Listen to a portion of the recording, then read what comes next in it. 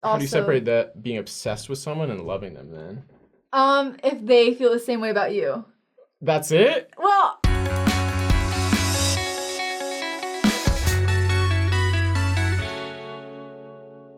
I'm not good at starting it. You start it. Hi.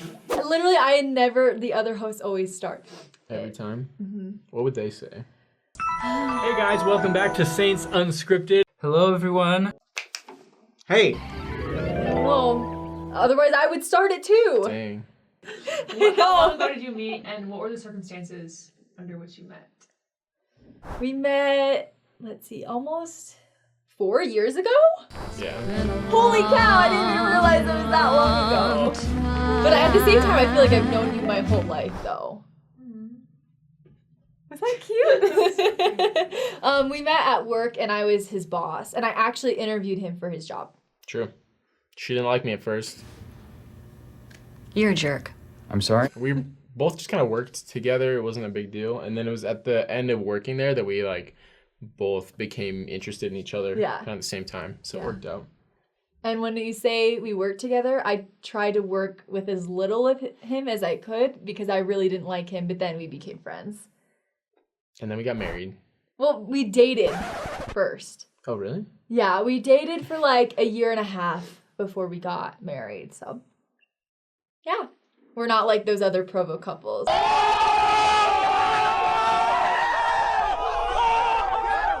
We're the real deal. Just kidding. Don't put that in. Oh my gosh.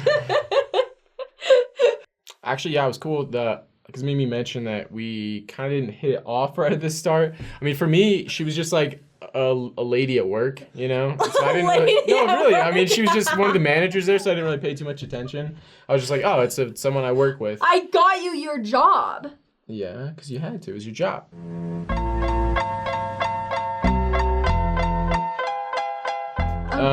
But yeah, so to me, it was just like she was someone I worked with, and she kind of disliked me, which I didn't even really know. But one time we were actually talking in the office, and we were just like talking about different things. And I forget how it even came up, but you started talking about how you were reading the scriptures and some different goals that you had. It was and how because you were trying to serve a mission. Mm-hmm. That's how it came up. As I was talking, I think I asked you where you served, and I said that I was preparing to serve a mission. Yeah, and so it's like when she was sharing a little bit about her goals and like what she was doing to prepare for it, that's where I gained a lot of respect for her outside as a more personal setting, I guess. That's where I was like, oh, whoa, she's like really cool. Mm-hmm. She's actually, she's working hard and doing well in her job, but at the same time, she's also really taking care of herself spiritually. And so that is what kind of got my interest to notice her more as a person rather than just as a coworker, I guess. Yeah. And so that's where we kind of started being friends a little bit more. To the point where then that's what eventually built up. Yeah. That's when I stopped hating him. Mm-hmm. I didn't ever hate him. She was annoyed. But I was annoyed with him. Because I thought he was just one of those Provo sales bros, and I was not here for it. But then I got to know him, and I realized he was really nice. She was prejudiced. So I went to BYU, and she was like, oh, okay. I was at the U in Salt Lake, and I got assigned to like work down in Provo, and I was really not looking forward to it. But it worked out. Yeah, so for me, I guess like the way I've realized I wanted to marry Mimi, I'm trying to think. So like when I realized I was in love with her, it was just kind of like first it was as a friend. Yeah. But I mean, like, actually, like, when we were dating and everything. Yeah.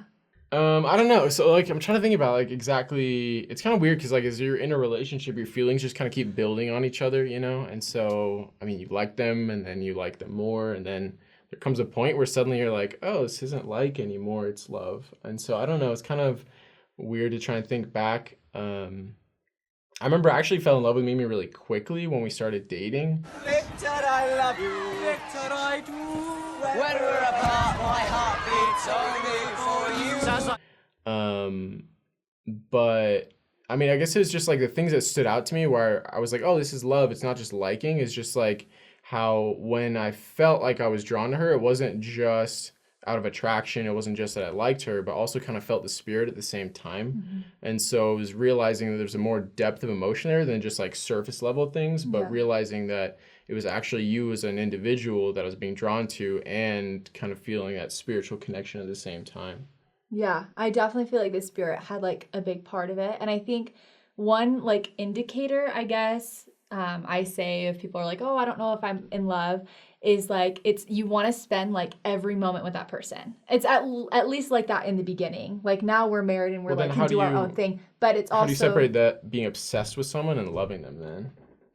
if they feel the same way about you. That's it? Well, hold on, let me say this too, because like also another thing is like if you get good news, they're like the first person that you want to tell. Like I know before we even started dating, when we were just friends, I was actually up in Canada for like a month and I didn't really have access to my phone much. But when I finally got access to my phone, I like wanted to talk to him like even before like my family. And that was just when we were friends. Like I liked him then, but I think that's a way that I knew that like I loved you eventually down the line too, is like I want to spend like every moment with him. He was the first person I want to tell when I have good news, and stuff like that. And I just felt good around him. Like he made me want to be a better person. He made me want to be my best self in all aspects of life, spiritually, like career-wise, school, everything I was doing. And I just like loved the way I felt when I was around him. So then when did that switch from love to saying, oh, I want to actually marry him? So that actually, like for me, it happened in a moment. You know what I'm talking about? Well, like not in a moment, but there was a moment that was kind of like the defining thing that happened is we were on this date and then we went like up at the Capitol building up in Salt Lake and we were just talking and he was kind of just like telling like me his whole life story. And we had been dating for a while already. And like while he was just saying like all about his life, I felt the spirit so strongly. And it's not even like he was talking about like his testimony or anything at that point. Like I'm sure that was like came up or whatever, but like I felt the spirit like undeniably. And I was like, this is the person that I need to marry. And it was just like crazy because like I had spiritual experiences before where I've gotten answers to prayers that I feel like were very like specific things. But like I had never had anything like that. Like my whole like chest felt warm and I just like gave him a hug. And I don't think I said anything. I don't remember if I did. But at that point, I knew. I was like, Eric is going to be like the father of my children. I'm like, can you tell I'm like halfway crying probably through this whole episode? I'm like trying not to cry. But anyway, that's when I knew. Yeah, and so for me,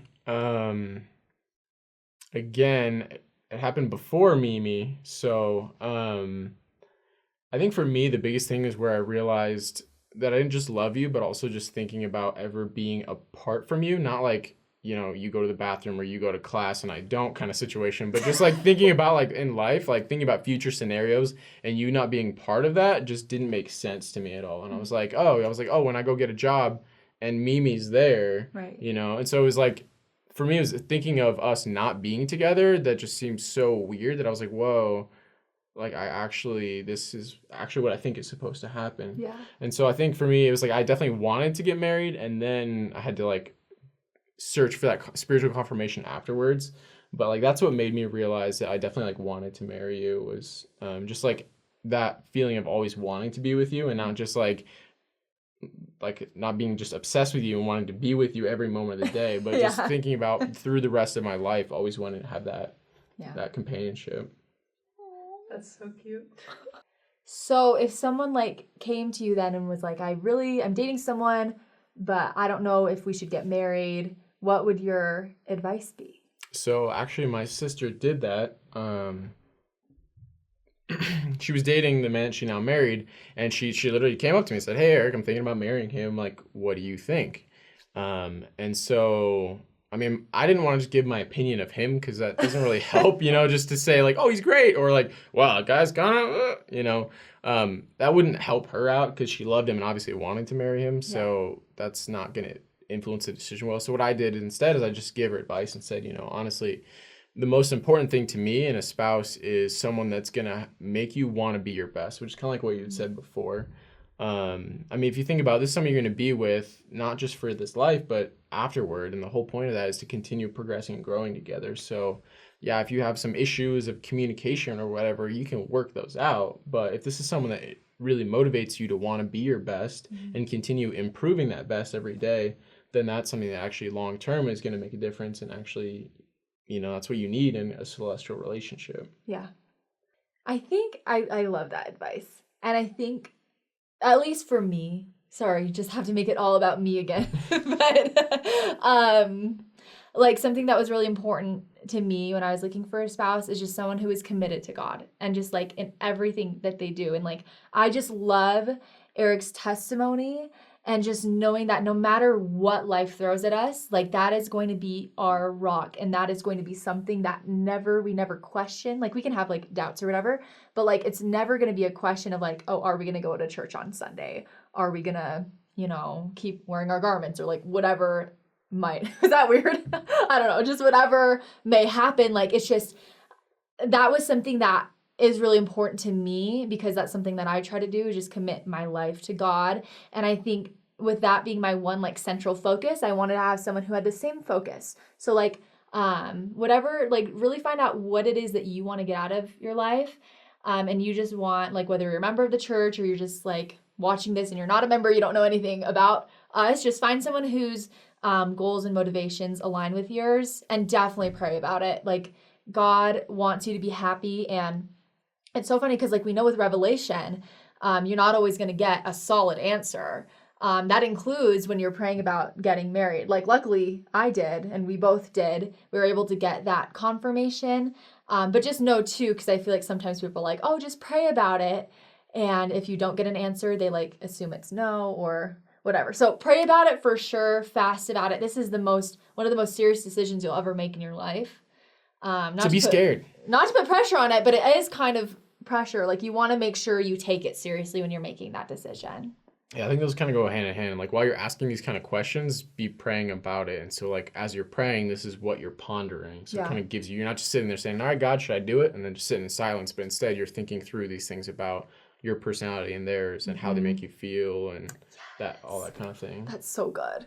Like Revelation, like what you put into it is what you'll get out of it. The more you study and prepare, the easier your answers will be able to come because God has more to go off of. So that was really good.